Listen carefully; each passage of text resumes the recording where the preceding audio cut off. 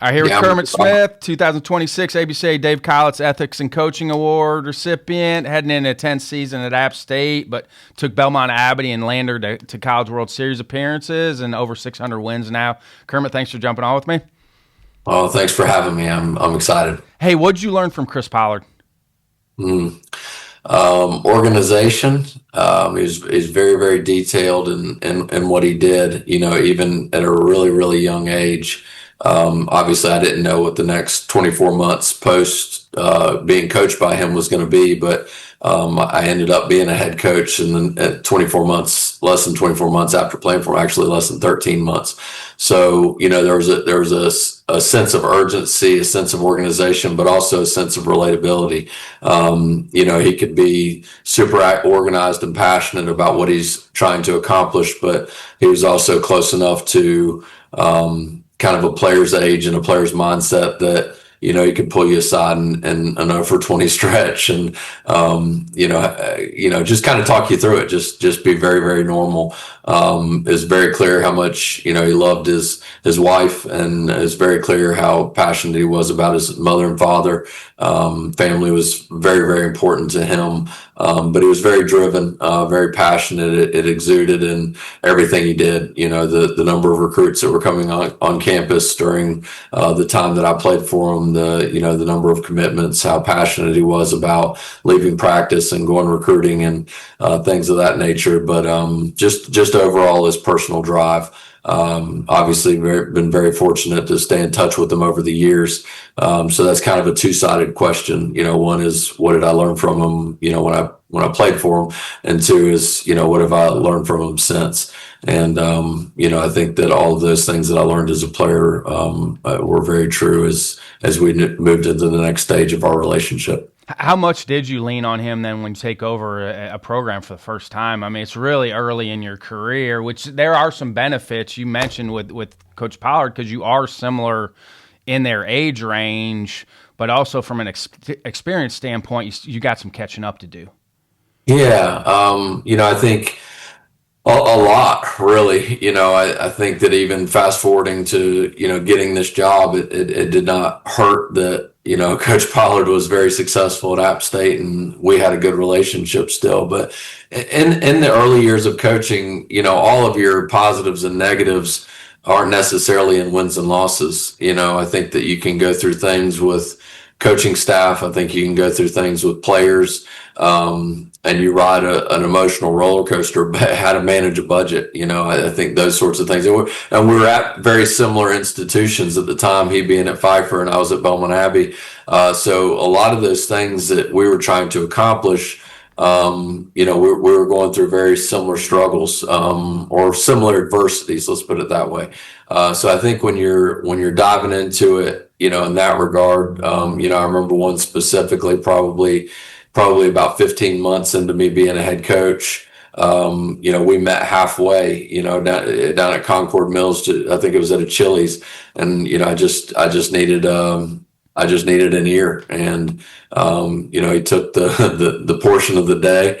And again, if you know Coach Pollard, it's, to get that much of a day from him that's an accomplishment. But, him just taking the time, to come down and just, listen and give advice and, kind of, pat me on the back and say, hey, you're heading in the right direction. All of those things, exuded from when he coached me. He established that, he was going to be there through those next few years of whatever it is that, I had done, but just happened to get into coaching. Are you ever prepared for the amount of paperwork you have to do as a head coach? I don't think so. I do think in some odd way, getting right out of college where you're doing a lot of work, and going right into it, I think specifically as a head coach, all of the phone call logs and all of the budgetary paperwork and all of those things that you have to do. And it's changed a lot over the years. It's, back in the day, but, in those early 2000s, the rules were, much different in terms of, how you were contacting and contact logs and things of that. A lot of pen to paper, a lot of like exact times of when you're making phone calls and practice logs and things like that. So it's a little more convenient now with technology, but yeah, I think you're somewhat prepared for it, at least the way that it used to be. A lot more streamlined now for y'all from a paperwork standpoint, correct? Absolutely. Yeah, much easier. I mean, what blueprint did you use? You took two programs, took Belmont Abbey and Lander to World Series appearances. What kind of blueprint did you lay out to allow that to happen? Kind of back to the age of when I was a head coach. I say this a lot, specifically in recruiting, that I'm way more of who George and Sue Ellen Smith raised than I am any coaching tree that I was necessarily under, because I was only an assistant for 9 months. So I think a lot of the details of what I did early on and even into today were way more about the type of people and the type of actions and the type of students and the type of impact we wanted to make in our communities and on our campuses. And I always felt very passionate that, the young men's character was going to, propel us to be who we were going to be. And in that character was a desire to work hard. So whether back in those days I had the right strength plan, or I was taking the proper amount of fungos, or I was managing throwing routines as well as I am now, it was still all based in the same thing. It was all based in how we were going to communicate with each other on a daily basis. And whilst someone may work as hard as we do, there can't be another team in the country that will work harder than we do. And there can't be a separation between how hard we work and how hard we play. The reason that you work hard is so that you can play hard. And my dad owned his own fence business. He was a World War II veteran, and blue collar as it gets. My mom worked in the school system for over 30 years and was an educator at heart, and went on to become an administrator for the Title IX program in the state of Florida. So, I think that when you are raised a certain way and you have this blueprint of a blue collar, middle class mentality, I think that that's only going to exude into whatever it is that you become. So a lot of the things that were back in those days and still are embodied in who we are today is around that work ethic and how you present yourself on a daily basis. And I guess the old cliche of you never get a second chance to make a first impression. We want to make a first impression every day. We want to, make sure that we're on time to class. We want to make sure we're, sitting in the right spot in class. We want to make sure that we have gratitude towards our professors and the people that take care of our buildings here, our coaching staff, our trainers, our PT people, our strength coaches. And, I think through that gratitude and, looking back to those days that I was so fortunate to have the parents that I had, but, something as small as a meal, regardless of how hard my parents worked every day, that never failed that they found time to have a family dinner that night. And in that family dinner, it was before cell phones or anything else, but TV wasn't on, sat around the dinner table, we said grace, and we talked about our day. And I think that that's still, to this day, I take team meals very seriously. I think that there are times to, separate. Last thing we say before we get off the bus, if we're going to have a team meal at a restaurant, is hat check, phone check. So we'll take our hats off, leave them on the bus, and we'll take our phones out of our pocket and leave it on the bus. And, I guess that's a little old school in me, but, when we go indoors and you might see a trainer sitting with a freshman, you might see a coach sitting with a senior, you might see, a bullpen catcher sitting with the coaching staff, and it's funny what you hear in that is you hear laughter and communication and just overall relationship build. And, not for any other reason, not to try to win a game or not to try to have a better culture or anything else. That's just the way that I was raised. So I think that it probably starts with that. I hope that I've evolved as a coach over, the last 25 years, but I think it starts in that basis of there's not going to be anyone in the country that outworks us, and there has to be a carryover to how hard we work and to how hard we play. And that dugout, that locker room, the fabric of who we are, we have to be united in that. It has to be it has to be something bigger than just ourselves, whether that's our university or our Lord and Savior Jesus Christ, or whether that's our parents, whether that's our grandparents, whether that's where we were raised, who we were raised by. It has to be something greater than ourselves. Majority of your team meals on the road then in the spring together? It's the spring's a hectic time. So I'd like to say that we take at least, 1 to 2 meals a weekend when we are traveling. And where that balance comes from for me is, and that's a switch a little bit from Division II to Division I is, we'll leave on a Thursday for, a Friday, Saturday, Sunday series. So in essence, we're gone for 4 days. If we have a midweek game on the road, it's 5 days out of the week that we're gone. So there has to be a balance academically there too. A kid might have an online course or a study hall or what have you, but Thursday night meals, we're finding a place, and if we won the previous week, we'll probably do something very similar. So we might find a local barbecue place or a local Mexican joint, and just something where we can disconnect. And we usually have a practice on Thursday night and then go have a team meal and kind of settle into where we're going to be for the weekend. Can you cultivate work ethic? I mean, not every kid you probably have in your program comes from a blue collar background. Can you cultivate that work ethic?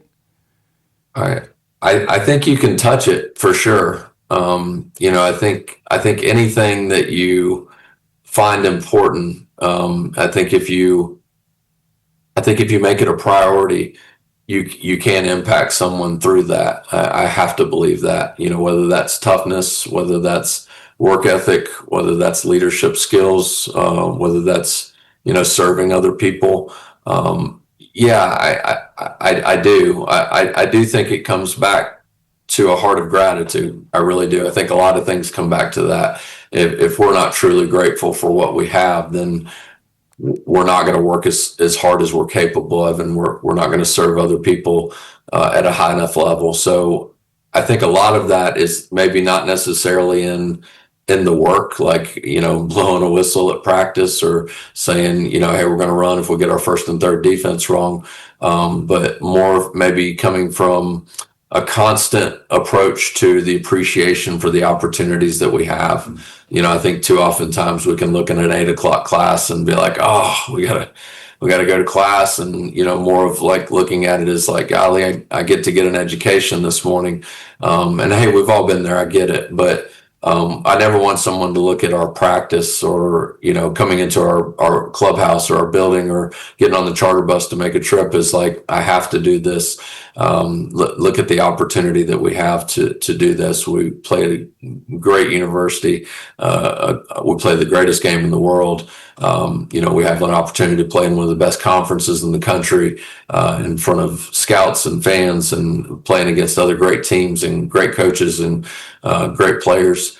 So I think with that, comes the opportunity to look at it 2 different ways. And I think if we're grateful for the opportunities that we have, we're going to maximize our skill set and our opportunity. Do you have a definition of toughness? I use a lot because I don't want our players to just think that I'm the only voice that they get. We use a lot of video. I'm going to answer your question, I promise.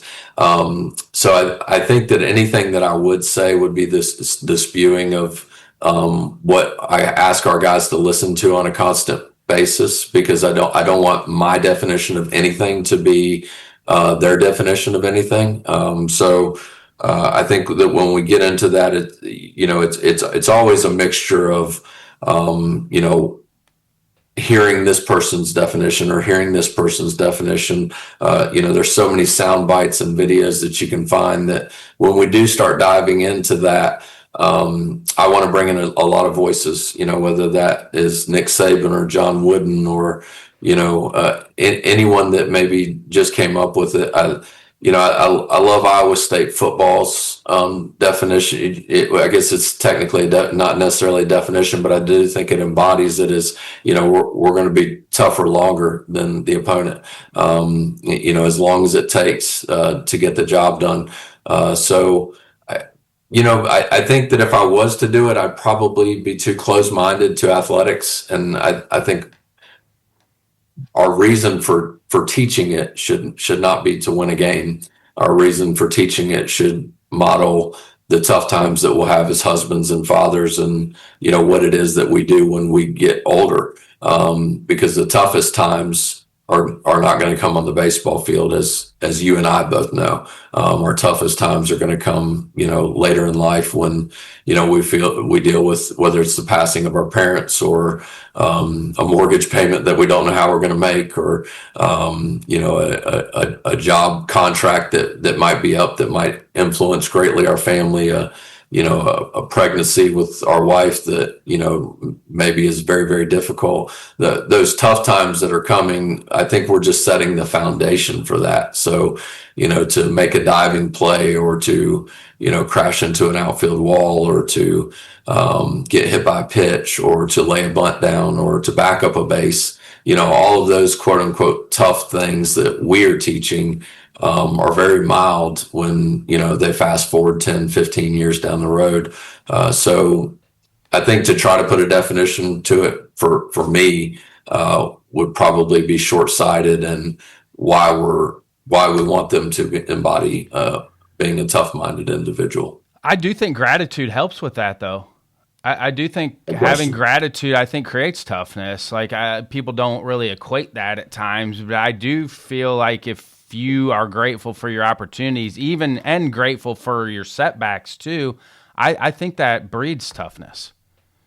There's no question. I think words like caring and words like empathy and words like compassion, if those things aren't in the center of your clubhouse, then you're not going to survive the highly competitive world that we're in, because the outside world, the social media, the fans, everything from that coming in, as that penetrates our clubhouse, you have to support each other. It is truly not. It is truly as caring and compassionate as you can possibly be. Because the second that it becomes, we become combative, or player to player, coach to player on the inside, then you're completely lost. So I couldn't agree with you more. I think gratitude, compassion, empathy, how we communicate with each other, those things are as tough as it gets. Because again, if we did fast forward 10 to 15 years of the challenges that will come through pregnancies and marriages and mortgage payments and job status and all of those things, that as you get older, that's your most compassionate times. That's your most empathetic times. Dealing with your children, on getting their homework done, or missing school, or how they're going. I mean, golly, you've got to be compassionate in those arenas. So I couldn't agree with you more. With all of that, starting with gratitude for what we've been blessed with, you have to have that. You have to speak that language. Because you don't see those examples in society as much anymore. And I think that's a toughness part too, is like, can you be compassionate in this situation? Can you have empathy in this situation? Because you're not seeing a lot of examples of those in society now. No question. So if you're not emulating it on the inside, then they may never see it. It's funny that, however many years ago, Joe Erdman came out with that book, Inside Out Coaching, and it's interesting that you hear a lot of sound bites, specifically in football coaches' press conferences, and you did over the next 5 to 10 years after that was written, the transformational and the transactional coaches. And what's interesting is as we've gone on those past, and I might be butchering the timeline, I'm just going to say 15 years ago that was written. It's funny how that shifted, a lot, like where I think coaches and administrators and different things have become more transformational. And I do think it's slipping to the other side where sometimes players are becoming transactional. And it's funny that book was written to coaches 15 years ago, and now it's almost like we need to rewrite that book to embody everyone that's involved in it, right? Not just coaches, not just administrators, not just assistant coaches, not just athletic trainers, not just strength coaches, but players as well, managers as well. What are the transactions that are taking place instead of the transformations that are taking place? In that, I think our world needs more transformation. I think our world needs more relationship build. I think our world needs more gratitude for what they have. And I don't think you're hearing that a lot.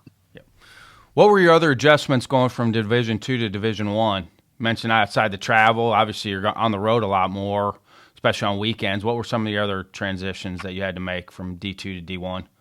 Well, I think in recruiting, I think you're recruiting past just the next year a little bit. So your junior and sophomore, you're keeping an eye on freshmen and sophomores in high school, and you're recruiting juniors very heavy. We didn't do that very much at Belmont Abbey and Lander at the time. It was more rising guys that are in their senior year and the following summer. It was interesting during that time, and you would ask me this question, is the portal's become a really big thing these days. It was always a thing for us. In 16 years in Division II, we could always take a Division I transfer. So in that regard, it hasn't really changed a whole lot. Those same qualities that we embody, we wanted to have back in those days, we still want to have those today. So no different in that regard. We're still recruiting high school kids, we're still recruiting junior college kids, and we're still recruiting kids. Now it's called out of the portal, but back then it was just called a Division I transfer. So not much different in that regard, but you're keeping an eye on freshmen and sophomores in high school and recruiting juniors pretty heavy. So that was one adjustment. You talked about the time already, but you're going to spend a little bit more time on the road. For our conference is a little bit more spread out than it was at Belmont Abbey and Lander. I think we're very fortunate to have a greater support staff, more assistants that can make a living and be paid a little bit better than they were in Division II. So you have a chance to retain them a little bit longer, which is incredible. Athletic trainers that are with you for an entire year instead of sometimes just in your sports window, your championship segment. Strength coaches, academic support, and I think in all of that, I would have looked at it prior to getting to Appalachian State. I would have looked at it and said, man, all of those things are such humongous positives. The challenge in that was that I needed to make sure that all those people are pulling in the same direction, right? Like the qualities that you and I have spent the last 20 minutes talking about, that those are qualities of those people as well. Because I do think a lot of culture is taught in the weight room. I do think a lot of toughness, if we go back to that, or hard work, I think it's taught in the weight room, and that you hope that slips over. I think that health, the health of players is taught in the weight room. The movement patterns are taught in the weight room, and that they should reflect the way that we teach hitting, or the way that we teach pitching, or fielding ground balls, or whatever the case is. So I think that was probably some of the bigger adjustments. Obviously, a lot of double headers in Division II, so we don't play as many of those. Thank the good Lord that we don't. But I think that double headers should be banned at all levels. So that's a huge positive. But and it's funny that you asked me that. It was never about Division I, really. It was just there was never a time that I was like, I don't even know where a job tracker is. I wouldn't even know where to tell you that to go look for jobs. It was just about the place that I was, and if another opportunity found my family and I, because the move from Belmont Abbey to Lander gave our family an opportunity for my wife to work part-time and stay at home with our child. And we were starting a family at the time. And then, App State gave me that same opportunity to move here and, continue that journey with, at that point, our 3 children. So, for me, it was, is the place that I'm at going to support our baseball program, and are we going to have an opportunity to win a national championship?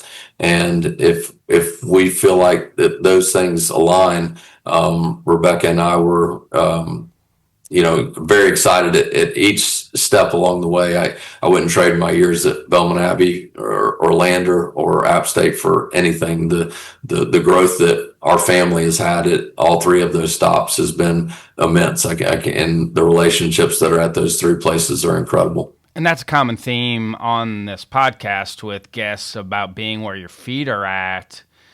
Because, not a lot of guys get an opportunity to go from D2 to D1. And I think that's a huge tip to coaches out there of make where you're at great. And, yes, you may get another opportunity, but make sure you're making where you're at great. Yeah, it's again back to those days, and kind of along the line of support staff. It was really fortunate. Obviously, I know you have a good relationship with Chris Anderson at Belmont Abbey, and you can look back and at the point that he became an assistant at Belmont Abbey, and then through our first 5 years at Lander together, that's when it took off. And we're very fortunate to have my current recruiting coordinator, Britt Johnson, joined me and Chris at Lander. And, I think we've been together 16 years now, and just been so fortunate to have, people come into those areas and think like you just said, right? Because they weren't working for me or for the university or for the baseball program thinking, I need to get out of here, right? I need to go do something else. And, along with being where your feet are, I think it's just the reason I bring that up is it's just so critical that you have people around you that think that very same way, right? And not that you're not ambitious, and not that you don't want to make more money or coach Division I baseball or whatever the case, coaching the big leagues, whatever your goals are, your goals. But while you're in the midst of it, while you're in the trenches, to be where your feet are. But it's, you can't do that by yourself. If you're not doing that with the support staff and, players that share that common vision, then, I don't think you're capable of doing it. I just think you get distracted too. Man, the guys that I knew over the years that were so worried about their next job, they just never got it. I think, one, they're holding on too tight to trying to get another job, and instead of just really focusing on where you're at. Yeah, and you're missing the whole point, which is to impact the people in your locker room and on your coaching staff, and the other way too is to be impacted by those people, and the relationships that you have. There's guys that I've coached over the last 25 years have absolutely impacted me immensely, more than I could ever impact them. So you miss the journey. You miss the opportunity to and sharing a lot of incredible people's lives. Do you have any interview tips? For you personally, getting that next job, but also interviewing assistants that are coming in. I'm sure you've interviewed quite a few. What stands out for a good interview candidate, or things that have helped you along the way from an interview standpoint? That's a really good question. So I'll give you my first interview question at App. Okay. So, the person who interviewed me here, Coach Troy Hustis, he was the baseball coach here for, a number of years, right before Coach Pollard. And, he was the sport administrator for baseball when I got here, and he was running the interview. And so I get on and I'll get to a point here, I promise. So it's a phone interview, and he's an old baseball guy. So he had 9 questions because there's 9 innings in baseball. So, introduces everybody on the call, Here's an athletic or academic representation. Here's a player, athletic trainer. So I find out the whole committee. All right, coach, I got 9 questions for you because there's 9 innings in baseball. And the first question is this, and he asks the question. And I don't really pay much attention to the time, but I would say probably somewhere between, 15 to 25 minutes later, I'm done answering question 1, right? And he says, well, we just knocked out question 1, 3, 7, and 9. So let's move on to question 2, and we'll bounce around here. So I say that to say this is you have to be yourself, right? Like I think how you choose your words and how you choose to represent yourself and your family. If you're not being authentic, then you've got to remember how you represented yourself at all times. So if you weren't yourself and got the job, then maybe you weren't made for the job. But if you are yourself and you don't get the job, at least you know that wasn't where you were supposed to be. So I think you have to be completely authentic. I think you have to be very, very vulnerable and putting yourself out there for any number of reasons. But whether that is your faith, whether that is how you believe in running a bunt defense, or whether that's how you believe to hit or pitch or recruit or whatever else, because it has to align with where you're going. Again, whether you're interviewing for a head coaching job or an assistant job or really anything in life, forget about even baseball. How you believe in doing it should be exuded in every word that you choose, and quite honestly, for as long as you want to talk about it. And if you spoke too long and they didn't give you the job because of that, then you knew you weren't supposed to get it. And if you didn't speak long enough, I think you have to show your passion and your energy for who you are. So for me, words are important. I think that it costs no money for me to truly think about how I'm responding to a player, how I'm responding to an interview question, how I'm responding to a question from you today, or just overall how I'm treating anyone, right? Like whether it's opening the door to my house and how I treat Rebecca and my kids, or how I open the locker room door and, react to something that I need to react to, or if we're not giving our best effort on the practice field. Words are important. How you choose them, when you use them, very important. But if they're not coming from your heart, then I think it's pointless. How do we cultivate accountability? I mean, you talked about it a little bit, but obviously, if teams aren't exuding that effort that you want or handling things the right way, how do we cultivate accountability?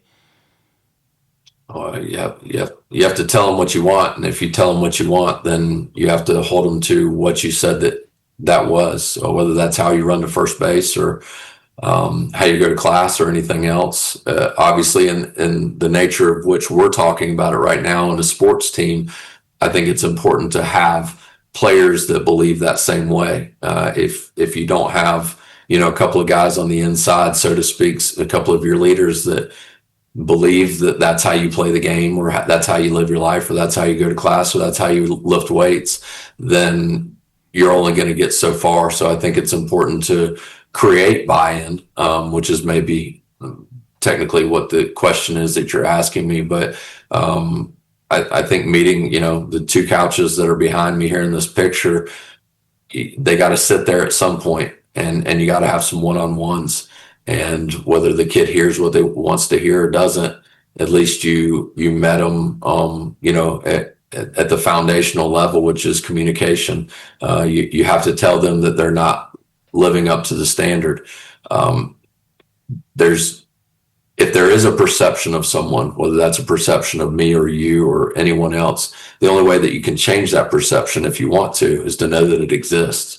So a lot of times, I have found that players think that they are playing hard. They think they're playing harder than they actually are. So to tell them that the perception exists that you're lazy, you don't treat people well, you do not play hard, you're not a good teammate. I think you have to tell them that. I think but if you don't, then there's no way that they can change it. Now, from that point on, Yeah, it can be hard if there's not buy-in, if they never did agree with that or they don't see the value in it. And one thing that we always, remind our kids of is anything that we do on the field or anything that we do in life, specifically the field, it's just the best strategy to win the game, right? Like, we're not just saying play hard because Earl Weaver said play hard. It's this old school guy that's sitting there. His dad was a World War II veteran. He just wants to play hard. You play hard because it's the best strategy to win the game. Why'd you call that pitch? We called that pitch because it was the best strategy to win the game. Why'd you put on a hit and run? We called the hit and run because it was the best strategy to win. That will always be the answer. Now, will you win the game? I don't know. You ground out to short, 99 times you're out. But the one time that if you're not playing hard, then you'll be out 100 out of 100 times instead of just 99. And that might be the one that helps us win the game.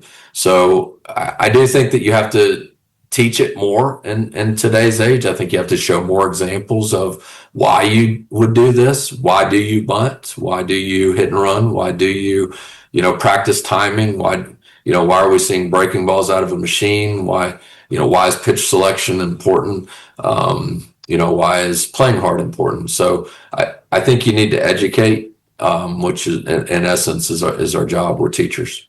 Is that probably the thing that you wish incoming players had a little bit more of before they got to you? We're very fortunate that we get to choose who we coach. When I coached American Legion ball, that wasn't the case, and early on, when at Belmont Abbey or Lander, you're not getting the 5-star blue chip baseball players. So I can't say that I've always been able to choose, or our staff has always been able to choose. Sometimes you're seeing a couple of tools and saying, all right, well, let's go develop the other ones.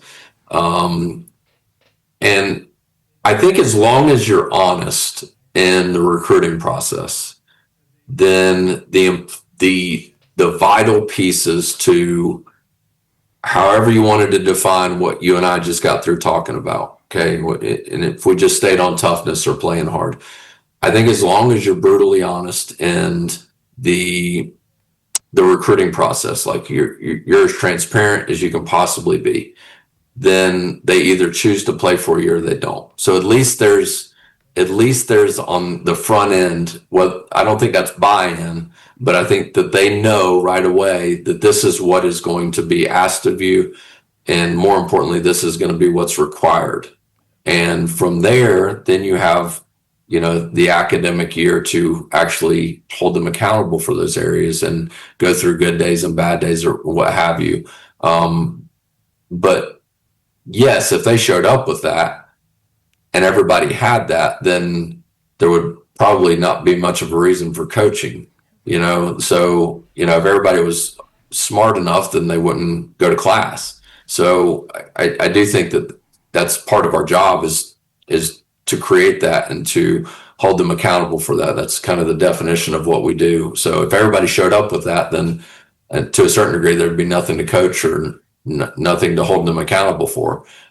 So that's where I think a lot of the strategies and, the word over the last 20 years has been culture. That's where the strategies and culture come into how do you communicate that? And again, if they're not sitting on this couch and you don't have a couple of guys on the inside that believe that that's the way that you do it, then I think it'd be extremely difficult to do. But I'd love for them to show up with that. That'd be awesome. But if this is part of our mission field, then everybody's not going to show up with the same qualities. I hope that every player that ever comes through our program, at minimum looks at our coaching staff and says, well, they're great husbands and fathers, right? And they treated me fairly, right? They held me accountable, but they treated me fairly. So, are they saying those same things about their mother and father? Probably, right? Like, we get a lot of good kids from a lot of good families. But in that, I don't think everybody shows up here a finished product. So our opportunity to do that, whether that's a 1-year grad guy or a 5-year high school guy, I don't think you can lose the essence of that, of what's at the center of teaching. Do you have captains? We don't. I'm intrigued with that because some still do and a lot don't. Do you, because you talked about having guys in the clubhouse. How do you, or does everybody, are you expecting everybody to lead at some point? Yeah, that's there's a lot there to unpack. I've started having breakfast every other week with 2 guys on our team, 1 position player and 1 pitcher, and just talking about something as simple as like, hey, here's the next 2 weeks of our schedule, and then just leaving it open for them to hey, what's on the academic calendar that might be stressing some guys out. What is what are things that need to happen over the next few weeks, and even talking about both of these guys are returners. How do we handle meals on the road? Are you guys getting enough to eat? Which hotels did you prefer to stay in? What are some travel strategies that make you guys more rested when we get there than when we don't? What are the intangible things of what's going on in the weight room, what's going on, because I do think if the head coach has to monitor everything, then you probably don't have a very good environment for creating success. So, what are the areas that, need improvement and things of that nature. And just big picture stuff, like, maybe I don't know that somebody's sister is going through something back home, like something off the field, a class that's extremely difficult, or something in that realm. So that opens up the opportunity for them to tell me that. But I think over over 25 years, I think I've probably always had that to a certain degree, just without anything formal. Just being relatable, because guys know it's going to be very upfront that guys know that they're not coming in here talking about another player, because I'm not going to do that with them, right? Like, they're not going to come into my office and hey Ryan, what's going on with John? John's not practicing hard, not getting along. That's not going to happen, right? So I think that it's always been established from 24 years old through being 48 now, like, that's always been established that this isn't going to be gossip corner, right? Like, we're not going to sit around. But somebody had a legitimate thing about a player, I've always felt like they brought it into me, and again, not in the essence of talking trash, because hopefully we have promoted as a coaching staff that we're going to be fair in the ways that we do things, and they know the difference between gossip and something that's going on, yeah, right? Like, hey, he's having a hard time with his professor. Maybe you could get involved, like, and you can come up with strategies to get involved without somebody knowing that somebody came in and said something. So you're never saying, hey, John came in today and he told me about what's going on, Ryan. So I don't think it's ever been like that. But hopefully, again, culturally, environmentally, whatever. I think guys have known that over the years, and as I've become a parent, those spidey senses the spidey tingle that you get as a parent, a lot of times, a lot of times you can just go around and, I try to make some form of bodily and verbal engagement with a player every day, every guy on the team, whether it's just a dap or a butt slap or a chest bump or, something along those lines, where I want to get face to face and at minimum say, how you doing today?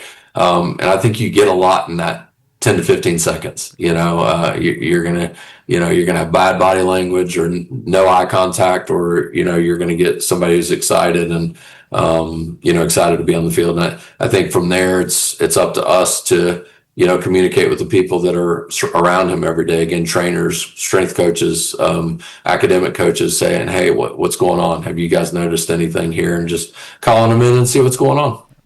I got an opportunity to interact with you at the USA Community Clinic over at Lenoir. I want to say probably 3 falls ago. Mm-hmm. Are you still heavily involved with the outfield? I do. I coach our outfielders and am involved with our hitters as well. Yep. Love it. I feel like catching and outfield probably have made the most improvements from a coaching standpoint over the last 10 years. No, that's awesome. Yeah, I think they're the positions that, that maybe for, when you and I played were maybe the most forgotten about to a certain degree. It's like, hey, go catch the fly ball. And behind the plate, hey, catch the ball, I think they're incredibly important. And I do think that, over the last, number of years, it seems like, 3 different topics have really come up in a lot of things: culture, right, of championship programs, catching, and technology. I think that those are probably the 3 areas that have probably been most talked about over the last number of years, and usually technology is towards the pitching. I agree with you that it's getting way more pub than it ever has. Yeah.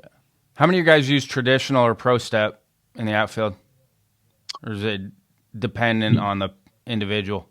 Yeah, since Pedroia, I really dove into a lot of the stuff with the Pedroia hop with the infield a number of years ago. So this is probably, 15 some odd years ago in terms of like what we wanted our prep steps to be in the infield. And that's really filtered over into the outfield. And I think a lot of things that happen out of that are really just natural. I think my job is, to create hips that can rotate and run in different patterns, to make sure that they're seeing the ball and reacting as quickly as possible. And then from there, this may sound like very, very elementary, but from there to truly see the ball go into the glove. I think too many times mistakes are made because we take our eyes off of the ball in the glove and look up to a runner. The bases haven't moved in about 140 years, so there's no reason to pick our eyes up. If we're using our senses, we have a pretty good idea of where the base runner is going to be and where the cut guy is going to be. So, for me, prep is really important, both in like how are we warming up the hips and how are we truly prepping with the ball on the way to home plate. The way we teach it through the Pedroia hop is we want to be in midair and slightly on our way down when the ball's crossing the hitting zone. And from that point, I think everything is reaction. So technically the ball will be put in play prior to us hitting the ground, or not put in play prior to us hitting the ground, which allows us for no false steps. And then from there, obviously we want to keep our eyes on the target as long as possible, hopefully into our glove. If not, getting to the baseball and getting it back to the middle guys as quick as possible. And there's specific routes or what have you, but I don't know. I don't know that there's like that I'm sold or I'm like, hey, you have to do this. I really just want to make sure that, I'm creating as much mobility in the hips as possible. And then I want to create the fastest reaction time possible, which mostly comes out of focus. And then at the end of the catch, if we had this one thing outlying that prevented us from getting to the catch a lot, then I think there'd be a lot of teach in that. But for me, I think if we're reacting right and our body's prepared to react right, then I'm again fortunate to have some good athletes that can go cover some ground and making sure they see the ball into their glove before they try to get rid of it. Have you adjusted to roster management this fall?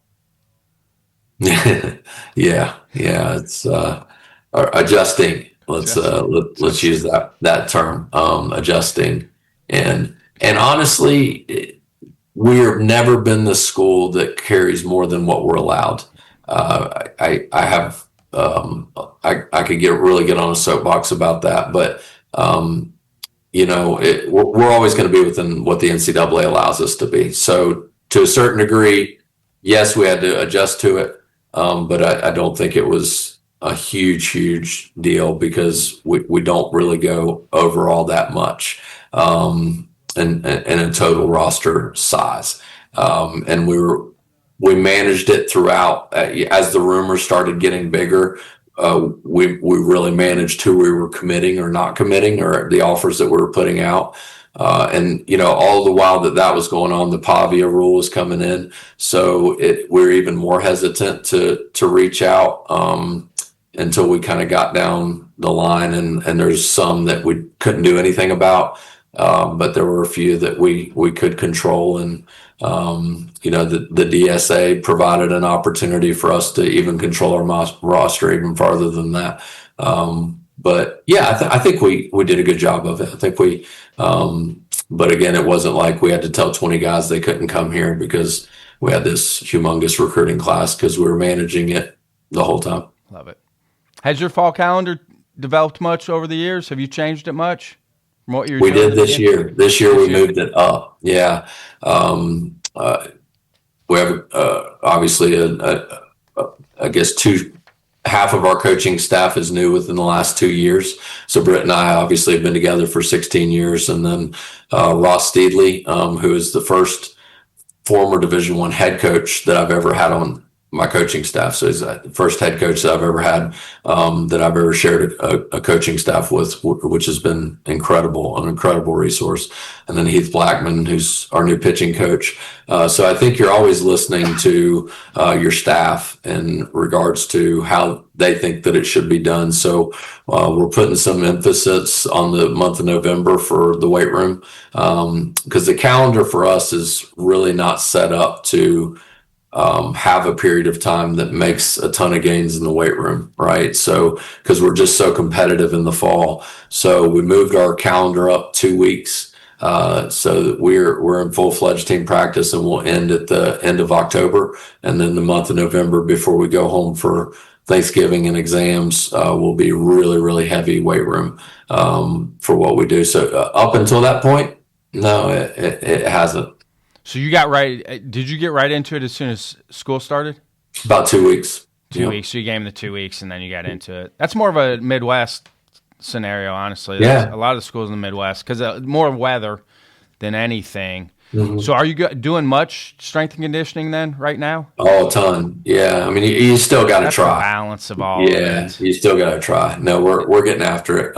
We spent those 2 weeks, and again, this, Boone, North Carolina is an awesome place to be. So our guys spend a lot of time here, even when school's not in session. So a lot of those guys are lifting, I'd say we probably had 20 guys here from July 1st on.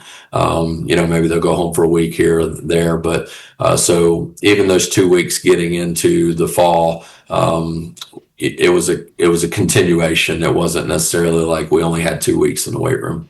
It's still my favorite picture of all time when the Leafs start changing with your stadium. It's still my favorite baseball picture of all time. When you go through something like that, again, especially with the Division II background, right? I'm very, very budget conscious about everything. So you have something that substantial, which up until that point in my Lander was building that new facility before I got there. So I didn't really have a whole lot to do. I might say, hey, let's put netting there instead of fencing or something like that. But our athletic director and president, they were running the ship, and they did a great job. So this was really the first time in my career. So I guess probably like 16, 17 years into the career, and like, hey, here's a returf, so you're designing everything. And, to be honest, it was, you're staying up at night a little bit, making sure you're picking the right colors and the right logos and the right sizes, and what are we doing in the dugouts. And so when it did go viral that first time, there was a little bit of relief that like, oh, okay, everybody else thinks this looks good too. So I appreciate you saying that. Are you playing outside competition this fall? Yeah, we'll have 2 home games. We'll play North Carolina A&T, and then ECU will come up on the mountain. You guys are in a great area for scheduling, by the way. All the North Carolina schools, it's just you have a lot of options to schedule your midweek stuff. Yeah, I mean, you can get a top 100 RPI team within 2 hours, very, very easily. So we're very fortunate, and we're fortunate to be very close to Tennessee as well. It's tough too, though. You got a ton of options to try to make that work. It's almost like, be careful what you wish for, because you have a lot of options, but then it's like you have so many options. Like, who do you schedule? That's right. Yeah, and I think we've fallen into a pretty good pattern here with, regulating, and a lot of times the midweeks for me come down to, just making sure we're rested, or, what is the most convenient trip that we can take that can have us home. I think 2023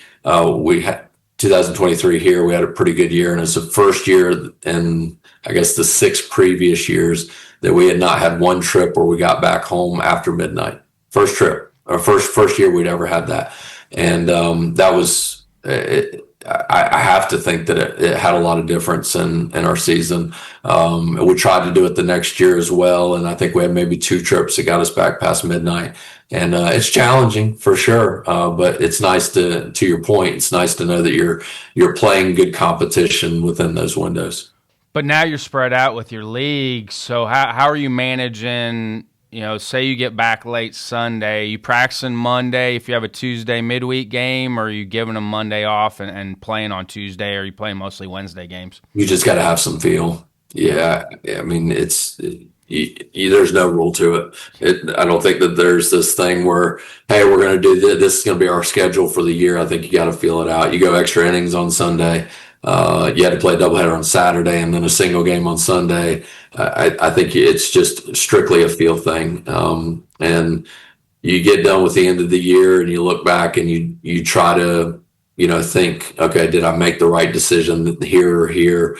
And I don't think you always do. I don't think you always look back and say, yeah, we probably should have practiced on that day, or we shouldn't have practiced on that day. But, you just got to manage it. You got to have a feel for the academic calendar. You got to have a feel for, what's going on in kids' lives, and, who played that entire doubleheader, who played that, extra inning game on Sunday, and maybe you're splitting it up. Maybe the guys that didn't play are having a full-fledged practice, and maybe the guys that did are hanging out in the dugout, and they sit down instead of going to play defense during BP. But I will say that it's really hard to expect your offense to do anything on Monday if they don't at least get moving on Monday. If they're not seeing a little bit of a challenging environment offensively. So we have had periods where Monday is a position player practice and Wednesday is a pitcher practice. We've done that before, but still your Monday practice isn't like your foot's not on the gas the whole time. You want to make what needs to be challenging. What'd you get out of coaching in the summer 2022 with USA, with the development? Well, I made reference to this earlier, and I actually almost said it when I was answering this question earlier, is I've only been assistant for 9 months of 25 years. So to be an assistant was really awesome. I'd be sitting on the bus wondering if the head coach was going to stand up and say something. And a couple of times I did, and I'm getting off the bus. He's like, hey, if you could, we're always going to meet here. And, and so it was really cool to not know as much as the head coach, and to be slightly frustrated by that, so that when I got back here, and it was nothing that he did wrong, right? It was just like part of being an assistant. Well, that just comes and I hope that I know everything that's going on here, and I might not, but it was such an awesome experience for me to come back in. They put me in charge of a couple of things. They didn't ask me any questions prior to going into this, and they just said, hey, you need to be here and teach this. So it was really, really cool to, be in an environment where I had to go teach things that I didn't necessarily sign off for in the first place, right? Like they put me in charge of leads at first base, or bunting, or leads at second base. And here's 45 minutes with the top 100 players in the country talking about leads at second. And it's 97 degrees out. They did not want to talk about leads at second base, right? So how do I make this fun, right? Like how do I make fun of them, or allow yourself some vulnerability to be made fun of, and with kids that didn't know me before 30 minutes before that drill, and might not even be on my team for that week, so really might not know me. But it was cool to be in the circle with again, it wasn't just me, it was me and another coach. So having no idea what they coach, like, is this their expertise? Is this my expertise? So to be able to work off of each other and to bring them into something. And, I got to work with Ro Coleman at getting leads. And obviously one of the best base runners, at least in our area, of watching college baseball, played for Tim Corbin, one of the best coaches of all time, so being able to lean on him, but also understand that he wasn't that far in his coaching journey yet. So he was technically, just kind of getting out of playing. And so to be able to bring, 20 plus years of experience into, 15 months of coaching experience, but they know Ro a lot more than they know me. That was fun, and again, watching the talent on the field and being able to bring small little intricacies to maybe something that I was seeing, because it's not like in a week I'm going to make this humongous impact on like how they feel to ground ball or how their swing or what have you, but I can give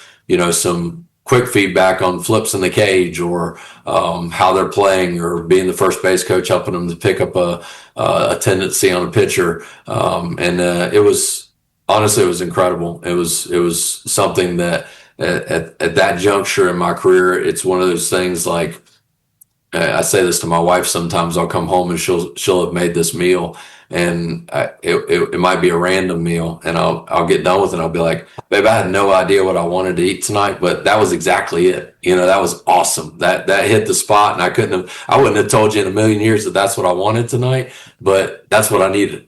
And I wouldn't have known that that's what I needed at that point in my coaching career, but it's exactly what I needed. It was so rewarding to be able to be around those types of coaches, those types of players, that organization, and to give me so much feedback from how they're running their, how are they acting in the hotel? Like what is the training staff doing in the hotel? Like what kind of meals are we eating? What kind of to-go meals are we getting on the way to the field? When we're at the field, what is our pregame routine and things of that nature? And it was very, very rewarding. So fortunate to have, and bigger than that is, to have USA on your chest and on your hat. That was something that I always kind of wanted. Always had a desire to represent our country, even in, a player development series. I've always wanted the honor of being able to do that. So, that was, above and beyond anything that I could have ever imagined. And to watch what a lot of these players have gone on to do has been pretty cool too. It's fun to coach somebody else's players for a little bit too. Mm-hmm. It is. Recharges the batteries. Plus you can pick up stuff from them too. Sure. Yeah. And, it's, I think you get so much feedback. Like I said, the players that I've coached for 25 years, I would never be able to make an impact like they've made on me. And, in a week like that where, again, you're with incredible coaches, you're with Hall of Fame baseball players that are on the coaching staff, you're with the head of USA Baseball, all of those things, man. I mean, I think when you're sitting there and you realize what's around you, you choose your words really wisely. You make sure you're not wasting anybody's time. If you're giving a player eval, which we did every night, you're making sure again, nobody's spinning their wheels, and what you say, you realize that they're not going to listen to you the rest of the week unless you say something pretty valuable. So I think you're able to really hone it in on, hey, we're trying to go win the world. We're trying to go win a world. We're winning the world on this, right? We want a gold medal. So just because the player's kind of good, that doesn't win the world, right? Like what is his character? How hard does he play? How did he do at base running? How did he do at bunting? How engaged was he? Because if you're going to win the world, you probably got to have a good attitude at that as well. So in terms of streamlining what it is that you're looking for in player development, I thought it was awesome, but I could speak about that for a long, long time. It was super, super rewarding. What does winning this award, receiving this award, mean to you? When you start looking around at the people that you've always looked at, and realizing that in some small way you're in a sentence with them. It means a lot. I really don't know how something like this can even, I don't know, just looking at this 25-year journey and the people that I've looked up to and the person that I'm getting this award with. I mean, I've driven to Carson Newman to watch Tom Griffin's practice when I was a young coach. I mean, if I don't talk to him every week, I talk to him every other week. And you know, the things that I take away from him, he's one of the finest baseball coaches in America. You know, my coaching staff that I've had for a long time, like I talked about Chris Anderson and Britt Johnson and Ross Steedley and, you know, the administrators that I've had over the years. You know, I was a head coach at 24. That takes somebody to see something in that, you know, and my athletic director at the time, Elaine Keeby at Belmont Abbey, to get that opportunity to even start this journey, to even be on this podcast. But my athletic director at Lander, and Jeff May, and the president there at the time, Dan Ball, you ask, like, what are the things that were, what are the qualities of those teams that were good, right? Like, what started it out? And if you're not allowed to be yourself, if my current athletic director and sport administrator and chancellor, Doug Gill and Jonathan Reeder and Heather Norris, they don't allow me to be who I am, then it doesn't matter what I am, right? Like, and it doesn't matter the culture that is trying to be instilled or the environment that is trying to be created. So all of the people that have allowed me to be hopefully who George and Sue Ellen raised, and to learn from Rusty Strapp and to learn from, you know, so many great coaches and players over the years. I mean, it's just Keith Madison on a Bible study every Monday morning with a guy named Mike Lynch and a scout named Kevin Burrell. The people that continue to pour into other people. It's incredibly humbling to think that this could even be whispered. I would have never thought it 25 years ago. And obviously a lot's happened in those 25 years to even have me on this podcast. It's surreal, to be honest, and it's a great honor. Do you have a fail forward moment? Something you thought was going to set you back, but looking back now, it helped you move forward? Could be professionally or personally. Oh man. Yeah, those first few years at Belmont Abbey were very challenging. You know, the amount of scholarships and the limited budget and being 24. I mean, yeah, and I think just the fact that administration backed me through mistakes to even allow me to keep being a coach, and specifically to be the head coach there. You know, I don't know how much you know about Belmont Abbey, but it's actually got a monastery on campus. It's a great Catholic campus. School. Beautiful. Yeah, it's incredible. Campus. And you know, I was still am friends with some of the monastery, the monks that teach there and work there. And I was just really my dad always used to say that he was so glad of where I was coaching because of the people that were around me at that time. But I don't know that it was a moment. I think it was a series of moments that, you know, kind of punched me in the mouth and said, hey, idiot, you're here for more than just baseball, right? Like it's not all about wins and losses. It's, you know, and I think I was saying all those things at that time. You know, I was telling kids to go to class, and I was telling kids to get good grades, and I was telling kids to do community service. And, but asking that and then living that is, I think, two different things.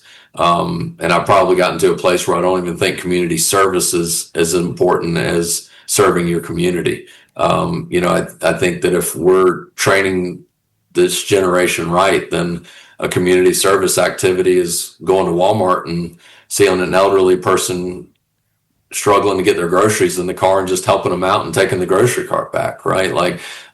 So that's a long evolution of, again, the last 25 years of doing this, that I think there's saying what you want done, and then I think there's embodying and modeling what it is that you want.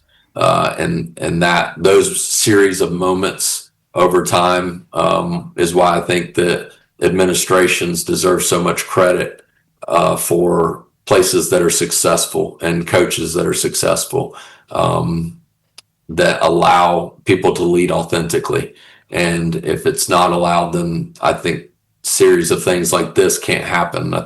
Teams can't go to the World Series, and they can't go to regionals, and they can't do stuff that's never been done at that school before. It has to be backed all the way to the top. Emotional safety. Yeah. That's what Absolutely. it is now. And you look at the surveys of this generation of kids, like emotional safety is like a big one for their generation. And that goes back to being, if you're comfortable with being your authentic self, you do feel emotionally safe in the environment that you're in. Yeah, and the empowerment to do that is everything. I mean, it really is the empowerment and how comfortable you feel in being your authentic self is everything. Has your morning or evening routines changed much or evolved over the years? Absolutely. Yeah, I've got 3 kids, and I try to get them to school every morning. So early on, I did not. What are the ages? 11, 15, and 18. You're right in it. I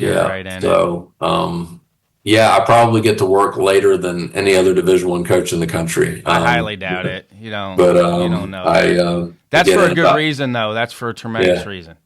Well, it's so my daughter has to be at school by, let's just say 7:30 and every morning, and my son he's in high school, and he has to be at school by 8:30 every morning. So usually I'll take my daughter and drop her off, and we're listening to a completely different genre of music than when I drop my son off at high school. So, and do you let them pick? What's that? They get to pick the music? I've gotten to where we can, my son, my 15-year-old Beckett, his music taste is elite. So we're good there. My daughter, she and I find a way to meet halfway. I probably go a little bit closer to her than my halfway, but it's we find a way to make it work. What are some final thoughts before I let you go? Just thankful to be talking to you today. Again, you look at this entire journey, and the fact that we could be on something like this talking about baseball and talking about an award as prestigious as this, and it including me, just it's such an honor to just be on this podcast, quite honestly. Very thankful for the support of my family. Without Rebecca, I don't know how any of this would take place. This the longer you stay in this, kind of the harder it gets, and if you're not walking back into a good clubhouse back home, then it's almost an impossible standard to uphold, whether that you're talking about wins or morals or ethics or how kids act or getting a 4.0 or even graduating from college.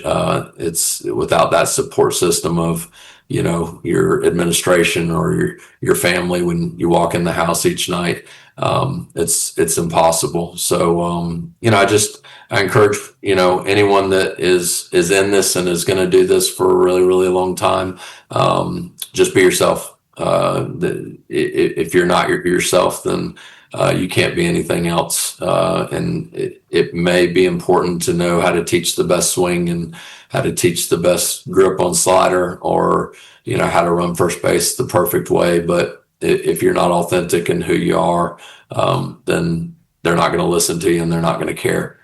So I think that would probably be my final thought. Did Rebecca know what she was getting into? before you got married? I don't know that I did, so I don't know. I don't know how she could. It's a great topic, though. It really is. I need to have a baseball wives podcast at some point. It's been in my notes for a couple years to actually do one, because since I was in it and lived it with my mom. But I mean, how has your guys' relationship evolved over the years to make it work? It's not an easy thing to do to have a thriving relationship in the baseball community. It's really number one. If you notice, the first answer I gave you on what was the biggest difference between Division I and Division II is that we spend more time on the road. So they're in less doubleheaders, which means less days, or more days on the road. So I think that was a big jump. Obviously there's a wider range of people that pay attention to the success or lack thereof of our program. And I think with that comes, more noise, whether again, that's social media or in the stands or, through emails or phone calls or whatever the case is. So I think through that, there has been a greater realization of what she and I have at the core of who we are. We've shared good days and bad days, with a lot more vulnerability than we did over the previous few years. And I'd say before that we were again very much like that. But when you go into something that you're viewed in kind of a bigger lens, I think that you have the opportunity to support each other more than that. And obviously, getting to know, again, as Britt's family has grown, he's got twin boys and a little girl. And my wife, I think, thinks that she is like a mother to those kids as well. So it's been cool to, just watch our family grow through our coaching staff and our coaching staff's families. That's been a pretty cool thing, and to watch her do that. And obviously just the nature of life is, our families, our extended families have gotten older, since she and I have been together. I've lost my dad and I've lost my mom. And to watch her love on, my dad and my mom, I'll tell you what, buddy, that's as real and vulnerable and authentic as it gets. So, the support doesn't always just come through coaching. The support comes through life. The support comes through, as we get older, we experience different things through loss of family or our family's aging. So I would say probably our biggest evolution over, we're about a month away from being married for 20 years now. And the biggest evolution is just like when we've had to buckle down and do life together. She pulls the socks up and laces on tight, and she doesn't back away from any of that. And that's who you want to do. That's who you want to go to battle with. Yep. Thanks for your time, Kermit. Appreciate you. I appreciate you. Thank you. Thank you.